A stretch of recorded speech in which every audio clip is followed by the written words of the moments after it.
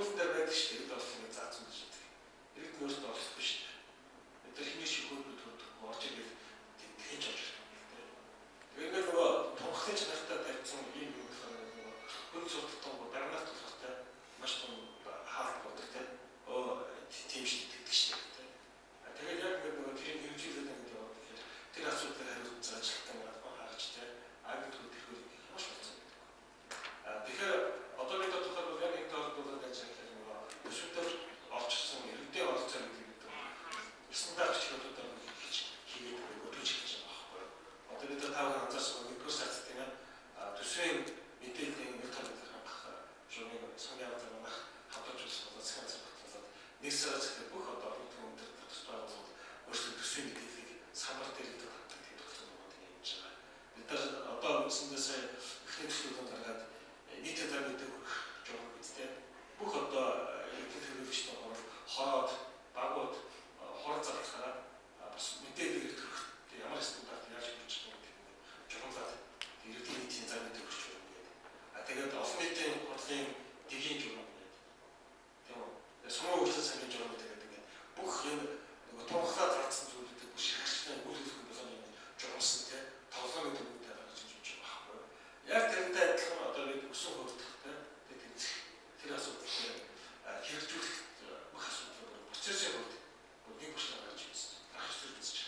Тэгвэл бол яг нэг хэрэг хадгалсан бол жил хагас өмнө шудраг шүрхтэн тэнцвэрт бэрт томсон шүү дээ. Бид нар тэргээр их баяр болох юм болов уу гэдэг бас хөөснөөс шийдэх юм яриад ирсэн. Яг ингээд санал нь ороод гаргах гэдэг бас нэг тунхлын талаар байна тийм. Тийм юм хийсэн нэр зүйлс талаар хэлж байгаа байхгүй. Тэгэхээр одоо бид нар яг энэ шудраг ус өсөлтөний тэнцвэрийн асуудал бий болж байгаа тийм үг хэлтэлтэй тийм тэнцвэр засаад шаардлага байна. Гол нь яг бид хүнээс процессын асуудал яг татсан юм. Одоо хүн хэрэглэх юм яг шудраг ус өсөлтөнийг өөрсдөө танаас бий болгоод тэргээр ашигламжийг аваад явж байгаа тэр бүлэг компани юм итгэж байгаа юм байна. Тэгэхээр хөрхийн харж чадах процесс гэж боддог. За би ийм юм одоо шийдвэрийн систем биш гэдэг өөрсдөө хэлчихийдтэй. Тэрийг одоо дараах хөдөлгөх тэрийг одоо явуулж явах тэр үүрэг гэсэн төрийн байгууллага, олонний байгууллага тэрийг хэрэгжүүлэхдээ өөрөөр хэлбэл хэмжээтэй. За энэ юм дээр гэх юм гэдэг дараагийн хэмжээ тийм л болох гэдэг байна. Тэгээд энэ одоо онцгой олон талаар ярьдаг одоо бид тухайд кейс гэдэг кейсийн одоо бид олон хүмүүстэй ярьдаг. Кейсийн олон ерөөс нь өөрийн видеотой тодорхойлсон байдаг шин. Видеот нь эдийн засгт оролцсон газар оролцох юм байна хэвээр. Хоёрдугаар нь мантуул тогтоох гэдэг нь үн тулах асуудалтай засгийн тэнцвэрс энэ хоёр зүйлийг засгийн газар дээр тавьдаг байхгүй. Энэ дээр бид засгийн газар мэдээдээс ажиллах юм байна. Тэгэхээр түрүүн дээр ирсэн тэр эдийн засгийн өсөлтгээд гэж энэ одоо шин чиндэг төрөөс олон жилээс ирж ирсэн учраас үнэхээр бодит юм болохгүй байна тийм. Одоо шин 11 оны тултаа тийм бодит биш. Худалдааны өсөлтөд нөлөөлж өсөлтсөн байна тийм. Тэгээд дээр бид нэг 12 эдийн засгийн багамдгаа хөрөнгө бүтээгдэхүүнээс ижсэн шүү дээ. Нарийн өсөлтийн тал нь уулах өсөлт байна тийм. Тал нь ямар өсөлтөөс байна тийм. Ямар хэлбэрэхэд засгийн газар яаж ийм оролцсон юм бэ тийм. Тийм их асуудал бүртгэж байгаа байхгүй. Тэгэхээр одоо би таагүй хэдэн сар тавих тийм санаа байна. Одоо би ингээд ихтэй сургуулиудад бид яриад байгаа юм. Өсөн хөлтийн хэсэг тэмцэх тийм хууль эрхлэн процесс зэрэг хараад тийм одоо хуулийн шинжилгээтэй хийгээд 9 сар 10 сар өргөн байх хэмжээг бас болж байна тийм гэдгийгсэн. Яг хаана бас ингээд ажил хичээл цагаар болсон асуудал гэдэг байна. Тэгээд их сургуулиуд бид нар ингээд явж байгаа зүгээр инженерийн тийм ажил гараад сонирхсан тэгээд өнөхөр одоо сэтгэл санаа зовсон эрдэм тэмдэг болоод ингээд тийм 9 сар судалгаа хийгээд тийм үү. Тэгээд нэг тийм хуулийн процесс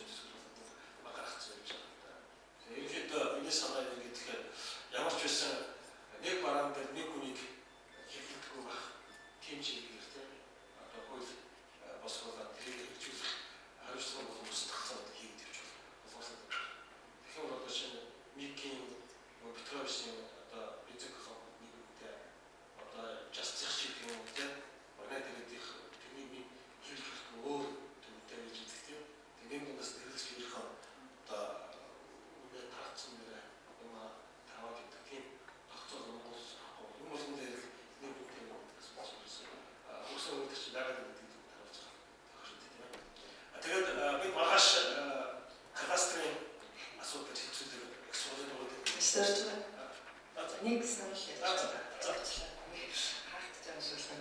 Тэр өмнө дээр яг нөгөө энэ түрүүний намсраа ярьсантай бас санал нэмж байгаа. Ер нь бол чухал юм шиг байна. Тэгээ бодохоор нөгөө өгсөн ойлгохын эсрэг гэдэг байвал бол зүгээр юм шиг байна. Яг л өрсөлдөөнийг бид дэмжиж байгаа шүү дээ. Тэгэхээр шудраг бус өрсөлдөөн гэх юм чинь нөгөө өрсөлдөөн бол бас нэг шудраг бусны айлын шудраг нь айлын тэгээд ийм юм хүмүүстэй гэж магадгүй. Тийм болохоор үнэхээр эдгээр яг мэдээж хэрэг үйл ажиллагаанд анхаарах хэрэгтэй ч гэсэн энэ дээр яг энэ хуулийн бол магадгүй тийм өгсөн бол эдгээр бүр байвал тохиромжтой гэж магадгүй намсраа санаалтай таалагдлаа л да. Тэгээд бас энэ дээр яг нөгөө эдийн засгийн хувьд зүгээр юусэн бодлоо гэдэг нь үнийн өсөлтийг ярихдаа болгоомжтой ярих шиг санагдаад байна байхгүй. Яг бол энэ чинь нэг тал нь бол хэрэглэж байгаа үнийн нөгөө тал нь үйлдвэрлэж байгаа гэдэг нь бас хардаж болмоор байгаа байхгүй. Тэгэхээр хэрвээ ингээд үнийн өсөлт байх нь ерөөсөө буруу юм шиг юм ойлголтыг нийтэд ингэж өгөөд байх юм. Эргээд нөгөө талд нь үйлдвэрлэгч чинь дарамттай болж эхэлж байгаа зү тийм ээ. Би талх үйлдвэрлэдэг талхаа эдэн төгрөгөөр зархаа хин өгнөөс залгасах хэрэгтэй биш шүү дээ. Миний талхайг авах байх эрх нь бол хэрэглэгчд байгаа. Тийм ээ. Эдгээр зарах нь бас надад эрх юм байна шүү дээ. Тэр нөгөө яг чухам яагаад энэ өгсөн үйлдвэрлэх нь муу юм бэ? Цөөхөн компаниудаа болохоор энэ чинь боломж гаргадаг тийм ээ. Тэр энэ дээр зохицуулах хэрэгтэй гэдэг маань ингээд зүгээр үзэгчийн хувьд ч юм уу тийм ээ ингээд зүгээр эргэн хүний хувьд харахаар мэдээллийн хэрэгсээр явж байгаа мэдээнүүд маань аль тал руу яваад байдаг вэхээр үн өсөх нь ерөөсөө буруу юм шигээр яваад байгаа байхгүй. Үн бол өсөх нь зах зээлийн өөрчлөлт зохицуулалтын хэрэг шүү тийм ээ. Чухам зарим тохиолдолд үн яагаад өссөн бэ гэдэг шалтгаан нь буруу гэж магадгүй л байгаа байхгүй тийм ээ. Зарим тохиолдолд хэдэн хүмүүс таны дөрөвний хэлсэнчлэн аудитын жишээлбэл хоорондоо яриад үнэ тогтоож байгаа. Тэр бол хууль зөрчсөн хэрэг шүү. Тэгэхээр тэр бол байж болмоор байгаа байхгүй. Тэгэхээр энэ дээр нэг ингээд бас эдийн засгчид ч юм уу тийм мэрэгжлийн бас бодлогын судалгааны хүмүүс нэгэн юм байр суурьтайгаар ингэж ярьж байгаахгүй бол зүгээр ингээд сонсогчийн хувьд ч юм уу үзэгчийн хувьд харахаар нэг юм ямар одоо хөдөлмөр юм үсэт юм бэ? Үн ерөөсөө өсөх ёсгүй юм байна. Үн өсөх нь наад миний эрхийг зөрчиж байгаа юм шиг ийм юм бас очиод байгаа. Ийм мессеж очиод байгаа. Тэгэхээр энийг би яг болгоомжтой ярих байгаа байхгүй. Тэгэхээр үн өсөх ерөөсөө буруу биш. Үн өсгөл ямар нэг юм зөрчиж байгаа биш. Ганцхан үнийг яаж тогтоож байгаа юм бэ гэхээр хуулийн дагуу юу? Хуулийн биш дагуу биш үү гэдэг зарчим байгаа шүү дээ. Энэ дээр бас заримдаа бодлого тайлбарлаж байгаа хүмүүстэй ч гэсэн тэр байтугай заримдаа ингээд нөгөө яриан дундаа тийм мессеж өгöd байгаа. Юу гэхээр бензиний үнэ 150-аас доош бол хэмж болох байсан. 150-аас дээш бол хэмж болохгүй. Хуулийнхаа дагуу хэрэг бид өрсөлдөөнийхөө хуулийн дагуу энийг харах юм бол юу гэж уншигдэж байгаа юм бэ? 150 төгрөг дотор бол та нар хуульдаж болно. Бид нэр юм ярихгүй таньжтай. Тэрнээс дээшээ бол та нар хуульдаж болохгүй. Хууль чинь хоёр утгатай тайлбарлагдаж болохгүй шүү дээ. Хуульдаж болох уу? Болохгүй. Тэрийг л ярьж ах хэрэгтэй. Нэг төгрөгөөр ч байсан хоорондоо хуульдаж үнэ хэмж болохгүй. Хуулийн дагуу тийм үстэй. Тэгвэл нөгөө талаасаа бодлого боловсруулах гэсэн энэ тал дээр шахмаар байгаа байхгүй. Энэ үнийн өсөлтийн үн бензин үн өссөн байна. Гэхдээ энэ өсөлтийн цаана хуульдаа байгаа бол энэ буруу хууль бас энийг бид нөхцөлж батлах хэрэгтэй явна. Үгүй бол энэ бол одоо зах зээл хийж амаар явсан юм байна. Тэгэхээр ингэж ярихгүй болохоор бас нэг нийгэмд одоо нэг сүүлийн юу үүсгэх юм бэ? Одоо бүгдээрээ л үнийн өсөлтийг яриад бүгд буруутгах нэг юм хандлага байдаг шүү.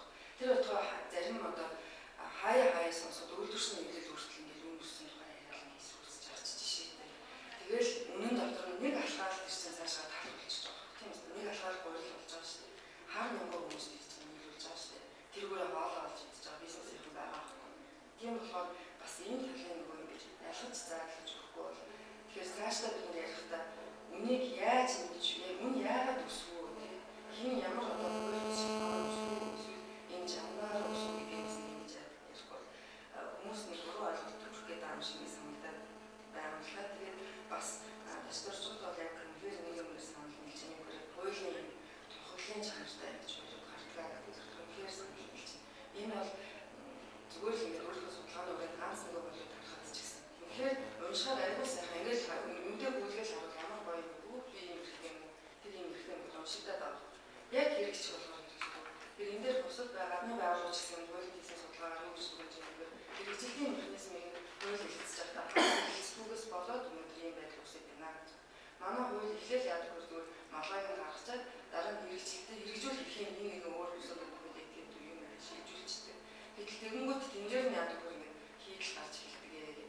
Тэгэхээр Тэгэхээр цаашдаа бол яг ялангуяа мэдээ нэг хуулийн дээр гэсэн бид нар ингээд бас өрөн бүтээн ингэж тийм ээ нарыг авч хилцээ гэж байгаа.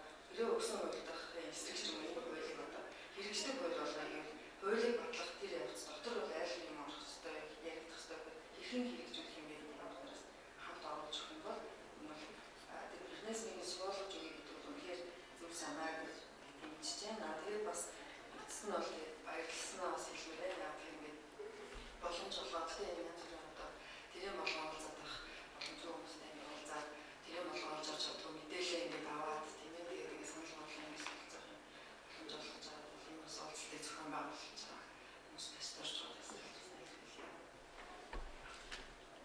За тэгээд алтан багшийн цаана зүйлдээ бид бол нөгөө усан хөлтсөөр хөрөлдөг тийм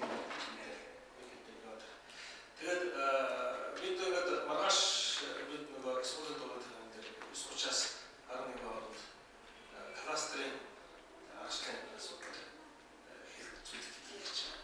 Тэгээд кластерын асуудал өөрөө тийм сонирхол татж байгаа юм да. Юу гэдэг бид өнгөрсөн хугацаанд манай асуултын дэргэд манай эдисийн болон зүйлүүд дэд салбаруудыг явуулдаг. Тэгээд тэр нөгөө дэд бүтцийн болон зүйлийг явуулдаг. Тэгээд хүмүүс заамын гэдэг юм уу, эрчим хүчний гэдэг юм. Бид дээр өнгөрсөн онд эрчим хүчний салбарын стратеги төлөвлөгөө талаар асуудал хийжсэн. Тэгээд ингээд явж байхад маш олон тийм зөрчилтэй талууд гарч ирсэн гэдэг. Тухайлбал хөндлөн багтлагын төвөөр зам ингээд тэрийг захиргаан их усрээр төвөөр замын тийм сүлжээ байгууллаа гэдэг. Манай улсын захиргааны хэрэгтэй болохоор хоёр дахь үсэг шинэ тий. Тэгээд дээрэс нь одоо шинэ эрчим